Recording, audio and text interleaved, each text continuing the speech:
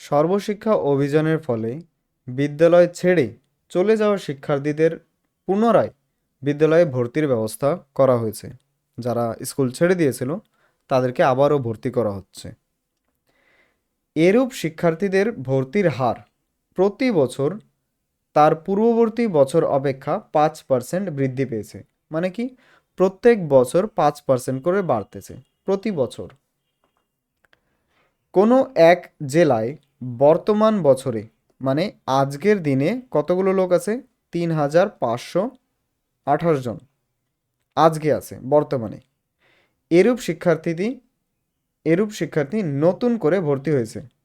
তবে 2 বছর পূর্বে, এটা ইম্পর্টেন্ট, 2 বছর আগে কতগুলো ছাত্র ভর্তি হয়েছিল সেটাই আমাকে দেখতে হবে।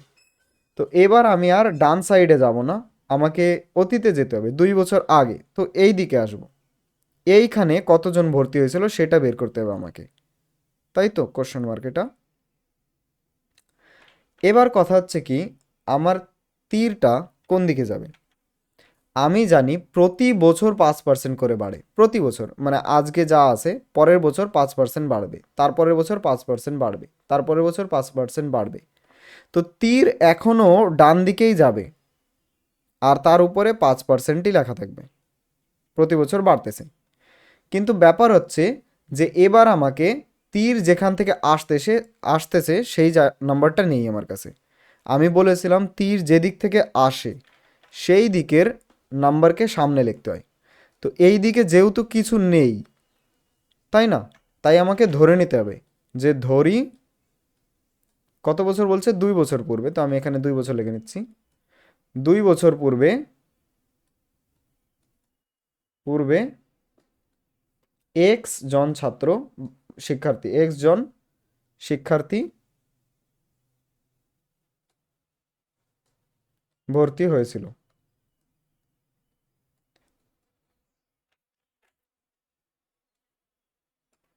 তার মানে আমি এখন বলতে পারি যে এইখানে আমার কাছে এক্স আছে।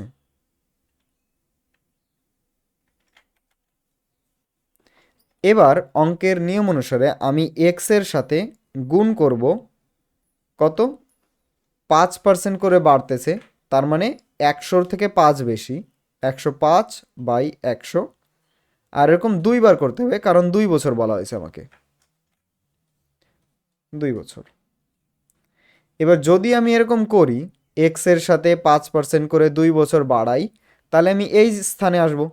আর এই স্থানে অলরেডি একটা নাম্বার বসানো আছে, তার মানে আমি এখানে ইকুয়াল টু দিয়ে 3,528 লিখতে পারি, কারণ ওই নাম্বারটা অলরেডি এইখানে আছে।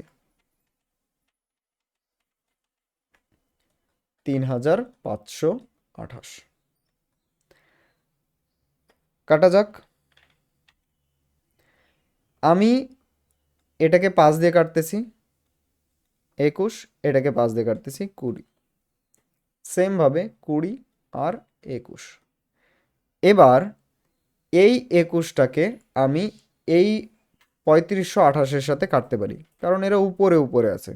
যদি 21কে আমি ওই সাইডে পাঠাই তাহলে সেটা নিচে চলে যাবে।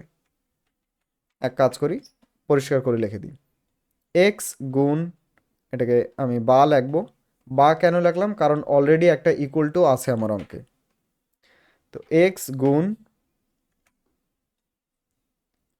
21/20, পরিষ্কার করে লিখে নিচ্ছি, 21/20 ইকুয়ালস টু 3,528। এর পরের লাইনে আমি লিখবো বা এক্স ইকুয়ালস টু 3,528, এর সাথে গুণ করব, উল্টো লিখে দেবো। 20 নিচে ছিল, এখন উপরে চলে যাবে, 20/21, 20/21 গুণ 20/21, দুইজনই উল্টো হয়ে গেল। একে 3 দিয়ে কাটি, 3 সাথে 21, একে 3 দিয়ে কাটি, 3 একে 3, 3 একে 3, এখান থেকে এখানে 2 থেকে গেল, তো 2 এ 2 22, 3 সাথে 21, 1 থাকলো, 1 এ 8, 18, 3 6 18। 7 দিয়ে ডাইরেক্ট একে আবার কাটতেছি, 7 একে 7, 4 থাকলো, 4 এ 7 47, 6 নিলাম 42, আবার 5 থাকলো, 5 এ 6 56, 8, 7 8 56। 21 দিয়ে সোজা একে কেটে দিচ্ছি, 8 হয়। তাহলে বা এক্স ইকুয়ালস টু এই 8-এর সাথে এই 2 গুণ করব আর এই 2 গুণ করব। তো 8 2-এ 16, 16 2-এ 32। আমি লিখে দেবো 32। আর তার সাথে যে 2টা জিরো আমি বাদ দিয়েছিলাম সেই 2টা জিরোকেও লিখে দেবো, 0 0 জন। তার মানে 2 বছর পূর্বে ওই ধরনের শিক্ষার্থী কতজন? 3200 জন ভর্তি হয়েছিল।